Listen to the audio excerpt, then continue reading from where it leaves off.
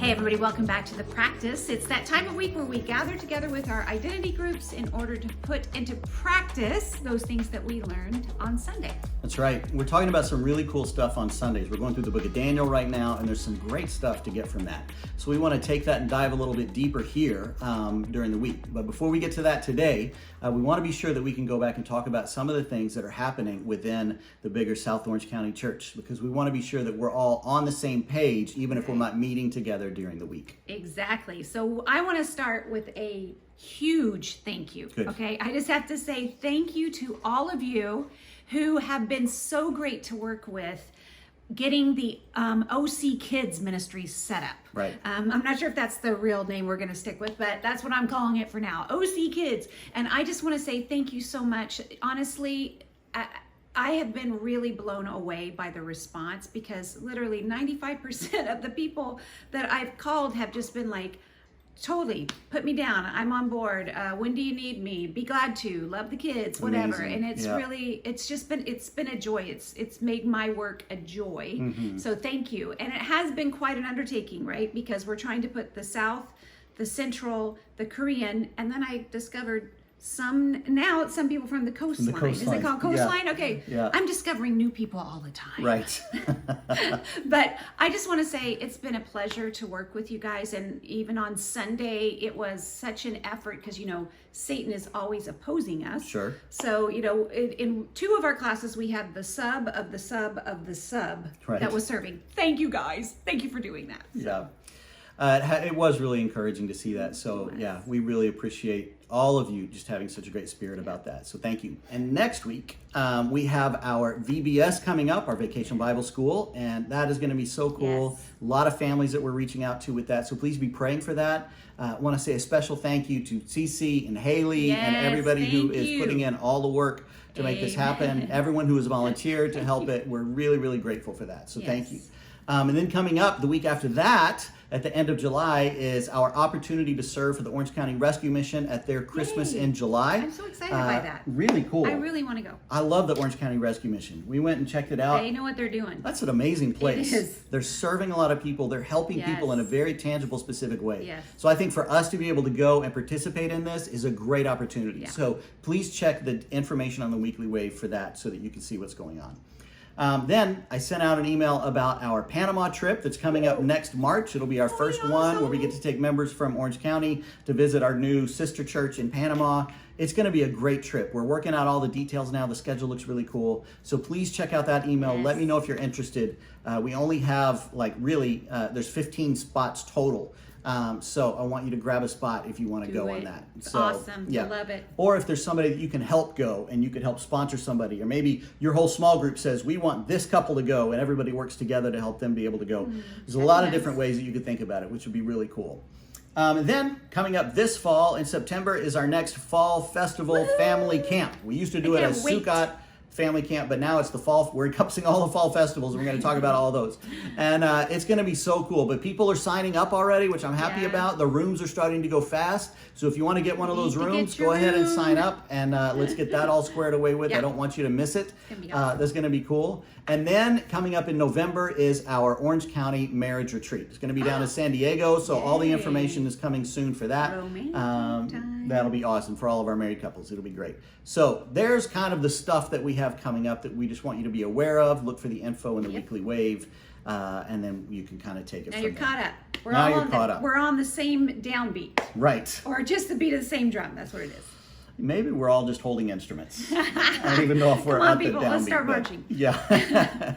So there you go. All right. So now let's shift our mindset a little bit to thinking about what it is that we're learning right now. And what is God teaching us? This summer we're going through this whole series on Daniel and really learning so many cool lessons from this book. What a powerful book it is. And there's a lot of cool things in there. And this past Sunday, Steve talked a lot about the kingdom and, how the kingdom is coming, and this beautiful vision of the kingdom that will never perish, that will never pass away, that will never be destroyed, and that we are now a part of that. We got to inherit that kingdom, and just how incredible that is. And so this coming Sunday, I'm excited because we have an internship program, like a campus internship program here in Orange County. And so there are several great young people who we're kind of working with throughout the summer as ministry interns, so that they can, kind of grow and help our ministry and actually see if this is God's call on their life. And so all the interns are going to be leading the service this coming Sunday, which will be really great. There's 3 young guys who are going to be preaching on Daniel chapter 3, and they're awesome guys. And so I'm excited to see what they're going to bring to us on Sunday. But we wanted to kind of go ahead and set the stage for Daniel chapter 3 here in the South, and have us go ahead and get into it a little bit tonight, so that we can have our mindset kind of focused on it, and going ahead and starting to learn some of the lessons from it, which will set us up well to go into Sunday. Yes. So Daniel 3 is one of my favorites. Yeah. I love this. In fact, if you have not read it, or you're not familiar with it, go ahead and pause the video right now. Well, even if you're familiar with it. Even if you're familiar with it. Probably read it. Pause the video right now and take a moment. If you're with your group, you guys just read it together. Yes. And if you're not, just take a moment and go ahead and read through it, so that you can see what this story is about. And then we'll come back and talk about it. Mm-hmm.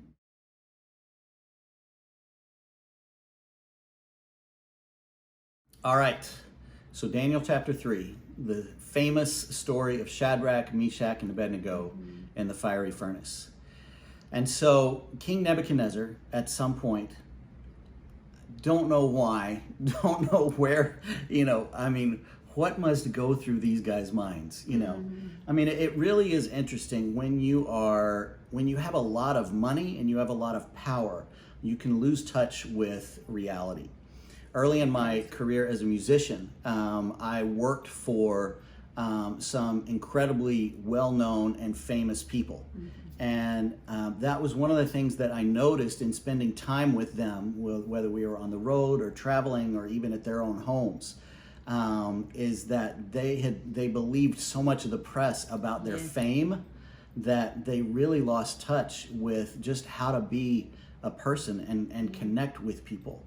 And it was really sad to me, here I am in my mid-20s, and I'm seeing the absolute meaninglessness of wealth and fame.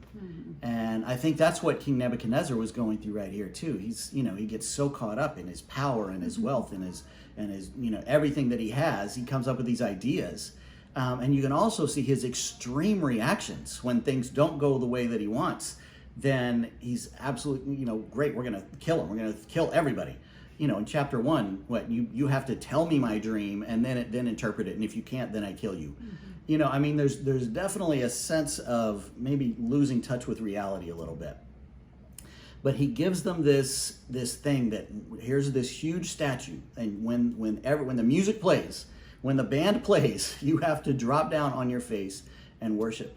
And Shadrach, Meshach, and Abednego are like, actually, no, we're not going to do that. Now, these were guys who had come from being, in the palace of Josiah, seeing these incredible reforms, then being taken into captivity in Babylon, being raised up in Babylon there, taught all these things, and then through that interaction with Daniel in chapter 1, they'd been put into these places of power and authority. And so they had authority within the kingdom, but they also had seen God working. And they were in this moment where they had seen that even though they were in captivity, God was still giving them a vision of the future. And God was still telling them, at the end, there's going to be this incredible kingdom that will not pass away. And this, I'm going to win in the end, basically. Even though you're in captivity right now, and it's going to be 70 years, in the end, I am still going to win. And so they were holding on to this, and they understood this. They were so focused on holding up the glory of God that they would not bow down. And we were talking about this and thinking about this, how they were focused on God's glory, even if it was going to cost them something personally. I want to read this passage because this is my favorite one, but in chapter 3, verse 16, where they are confronting, the king and talking to him, it says, Shadrach, Meshach, and Abednego replied to him, King Nebuchadnezzar, we do not need to defend ourselves before you in this matter. If we are thrown into the blazing furnace, the God we serve is able to deliver us from it, and he will deliver us from your majesty's hand. But even if he does not, we want you to know, Your Majesty, that we will not serve your gods or worship the image of gold that you have set up. I love this because they're like, listen, we're not really going to get into this. Here's the thing. God can save us. If you throw us into the fiery furnace, God can save us. But even if he does not, we're still going to honor God because we want God to get the glory. They were not focused on the blessings that they wanted to receive from God. You know, many times we can focus on that. We can see that we pray for blessings to come. And we come to God with, God, here's the things that I want. And I want you to do this for me. Or I want you to heal this person in my life. Or I want to get that job. Or I want to have this relationship. And we come to God and we pray for these things. And then, you know, like I spoke about a few months ago, when God says no, when the prayer doesn't work, we can lose our faith in the goodness of God. But here we have such a great example from these three guys that they were willing to give up the blessing to be sure that God got the glory. They wanted God's glory more than they wanted God's blessings. And I just think it's such a great example for us to follow. Yeah, I learned so much from this one little passage, you know, because I think about how hard it must have been for Shadrach, Meshach, and Abednego and Daniel and these guys that actually it wasn't their fault that they were in Babylon. Like, you know, all of Israel, all of Judah was having to pay consequences that actually were not on them. They were just, you know, it's hard to suffer the consequences from somebody else's sin. Oh, it is. But, you know, they're in the middle of that. I always think of this story when my son was little, when he was in second grade, and they always used to go to the library. And that was his favorite day of the week. His classroom got to go to the library. And then, of course, the kids were talking in the library, so the whole class had to come back. And he was like, this is so unfair. I didn't even talk. You know, like, he just would not, he couldn't handle it when he had to pay the consequences for things that, you know, weren't his fault. Right. And this is the position that they're in. I just think how it must have felt living in this situation where the whole world around you doesn't believe what you believe. And that's really the whole overarching theme of this time is, how do you believe when no one else does? Right. And I just feel like it's something I can really relate to right now in our country, right? So we as Christians have become the cultural minority. Right. And it just feels so strange. It's unsettling because it's happened so quickly. But it is this feeling that, okay, things are probably not going to go our way. Right. You know, it's that kind of feeling. But I love his sentence here at the beginning where they say, we do not need to defend ourselves before you in this matter.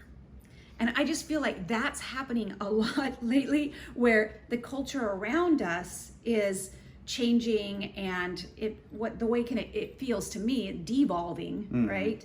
And you know, I can feel wait a second, I gotta fight. You know, I don't know. I feel like this urge to fight for fight for the truth. And you know, of course, we need to on a certain level, but on another level, we need to go. You know, actually, it's not my battle to fight. It's God.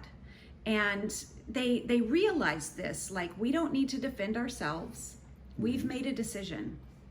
And I think even more personally than what's happening, you know, living in America at this time, I think about just the many times where I've been led to this place in my life where I realize, you know, God could save me from this. Right. God could work this out to my liking.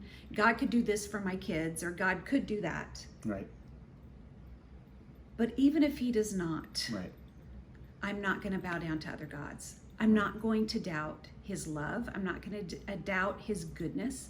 I'm not going to reduce him. Wow. Because he changed, he didn't do what I thought that he should. And I don't know. I mean, I feel like, what more is there really for life? I think, you know, we can look at this cultural moment that they were in. They knew, oh, God's going to win in the end, but for 70 years, we're going to be here, right? And I look at the cultural moment sort of that we are in, and I think, you know, we want to get to this point where we go, well, even if our rights were diminished and diminished and diminished to the point there's some, let's just think the worst case scenario. So there's a takeover of America and none of us can, openly be Christians anymore, right? So we can't openly be Christians. We want to be these people. I mean, we want to think, I want to be like Shadrach, Meshach, and Abednego. Like God could save us, but even if he does not, willing to live that sacrificially. But the thing is that we don't live in the big picture all the time. The big picture is sort of like cut down into frames, right? Those are our daily life. And the way that we prepare to be these people when it is really big is to be these people in our daily frames, live in that way. And I think, so we have to think this way, like, I have to practice this. And I'm sure there are things that are going on in your life, as there are with me, where I think, I really, really, really, really want God to move in this way. I'm begging him, right? But even if he does not, I will never doubt him. I will not turn on him, and I will not go to other gods. And I think that that's where we can land. That's how we can put it into practice tonight, is just to maybe identify, is there an area for you right now where you kind of are in this position? Be it, and no matter how small or how big, but where you really have to make this decision that you're going to let God be the decider.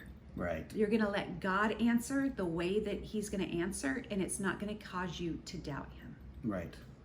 That's so good. Man, I'm just so convicted thinking about because there are things where if my day goes badly enough, or there are enough challenges in my life, disappointments, things that are hard, then I can start cutting corners on righteousness, because then I deserve it. I've had a bad enough day that I deserve it. And that's where it comes into play, like, no. Even if my life does not work out the way that I want, and even if there are challenges, I still am going to hold on to righteousness and do what is right. I'm not going to cut corners that way. So consider that for your life. Consider where the line in the sand is for you. Consider when you feel like that you now have a license to sin. And then come back and think about Shadrach, Meshach, and Abednego, and this incredible stand that they took for God's glory, instead of fighting and wanting their own blessings. So enjoy this discussion, Daniel chapter 3, and we look forward to seeing you guys on Sunday.